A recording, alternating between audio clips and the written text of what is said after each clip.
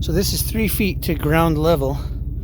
If I wanted to, I could build across now and have 5 feet, but I want to get it flat, level with ground if I can. You might be able to see that this is all caliche, which is why it turns kind of white down here. And you can see it's white and then brown. So once it hits white, it's caliche, which is quite hard. But if I can get 2 more feet down, I'll be level 5 feet to ground level. So you know how I've been working on a root cellar with sandbags. I got this package with 100 more sandbags, and it came with this note from 4x4 John. It says, looking to do the same thing soon, almost done setting up my 5th wheel. Wish I could buy the property next door. Would be nice to have a like-minded neighbor. Well, thank you, John, for the bags. Super appreciate it. However, I'm really grateful that all the land around me has been purchased and is privately owned, mostly by cattle companies and railroad and BLM, because I moved out here for a reason, and it would break my heart if someone somehow moved in next to me. So I love the solitude. I think that I get messages like this often, and I think that if you're moving out in the middle of nowhere to find a neighbor, I feel like you're doing it for the wrong reason. And I don't mean anything. I am grateful for the bags. I think that's awesome. And I'm not even talking to John directly. I'm just talking in general. If you're moving out to the middle of nowhere where it's miles and miles and miles before you see a home, probably whoever's living out there doesn't want someone right next to them. I would suggest, if you're looking for land out in an area like this, try to stay like 10 miles away from anybody else, because that's what everybody wants, and you can still call yourself a neighbor. At any rate, John, thanks for sending in the sandbags off of my wish list. I think I can build the entire root cellar now, but I'll leave some on the wish list if anybody wants to send some more in. If I have surplus, I'm going to build some kind of like igloos for the dogs. So I'll dig down a hole, build a igloo up around it, I think, and possibly wrap it in adobe, and those should be some pretty bomb-proof dog houses year-round. It's 12:30 right now, and well, let me tell you, I'm happy I'm done, and I'm going to grab something to eat before I do some other things around the homestead. All of this white sand, this is caliche, so it's basically clay.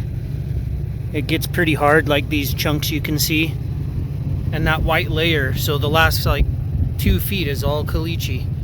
So this is currently 6 feet wide, 16 feet long, and 3 feet deep. Not counting the berm, that's another couple, 2 or 3 feet. If I can just get 2 feet deeper, then my 20 foot by 30 foot liner will go right in there. And I've been debating about, originally I thought I'd run logs across, you know, cut out an area for a manhole, kind of frame it in, and then cover that in the tarp, and then cover that all in sand.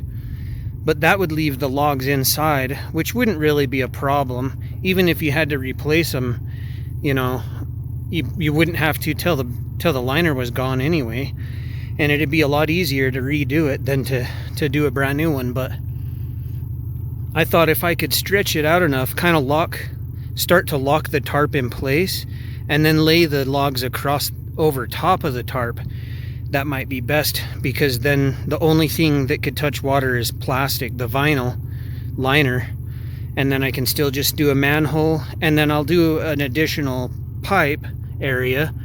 So this rain harvesting system goes into that gutter and over to the IBC tote, but I'll just run it straight in, and I'll make a hole next to the manhole to pipe that water in.